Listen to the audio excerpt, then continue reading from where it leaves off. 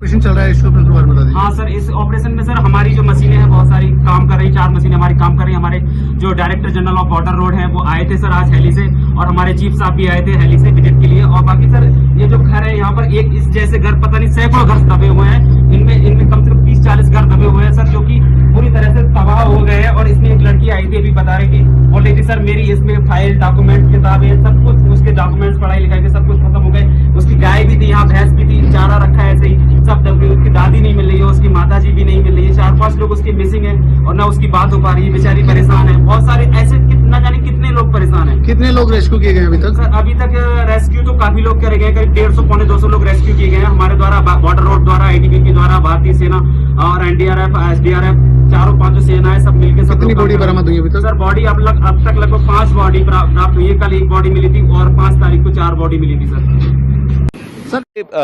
जैसा सभी को मालूम है, परसों से जो आपदा की स्थिति है, जो राष्ट्रीय राजमार्ग 34 के ऊपर धरासू से लेकर गंगोत्री के बीच में जो धराली गांव में और हर्षिल के एरिया में जो मेजर क्लाउड बर्स्ट हुआ, उससे और उसके बाद जो बरसात हुई, जहां पर हम अभी खड़े हैं उत्तरकाशी, यहाँ से लेके अगर धराली तक जाएं तो तकरीबन 96 किलोमीटर है, और इसके बीच में 4 मेजर स्लाइड पॉइंट हैं और एक ब्रिज नष्ट हो गया है।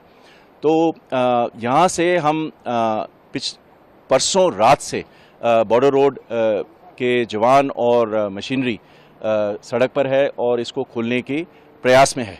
और हमारा अनुमान है कि कुछ घंटों में हमारा जो कनेक्टिविटी है, वो जो जहाँ पर ब्रिज टूटा है लामचीगढ़, वहाँ तक कनेक्टिविटी हम बहाल कर पाएंगे। तो फिर हमारे जो ब्रिज के जो स्टोर्स हैं वो ऑलरेडी गाड़ी में लोडेड है, हमारे जवान तैयार हैं। हम इनको आगे मूव करेंगे जैसे ये सड़क की कनेक्टिविटी बनती है। और लामचीगढ़ में हम ब्रिज, हमारा अनुमान है कि आज रात तक हम वहाँ पर ब्रिज स्टोर्स पहुँचा करके हम कुछ काम शुरू कर पाएंगे। और वहाँ पे बहुत ही कम स्पेस है, तो क्योंकि पहाड़ी नाले के ऊपर ब्रिज है, तो वहाँ पर सबसे पहले हमें टेक्निकल टर्म्स में जो गैंट्री बनाना है वो बनाएंगे, फिर उसके बाद ब्रिज को लॉन्च करेंगे। वो हम अपने आप को टारगेट दे रहे हैं कि एक दिन में हम इसको ब्रिज को लॉन्च कर देंगे।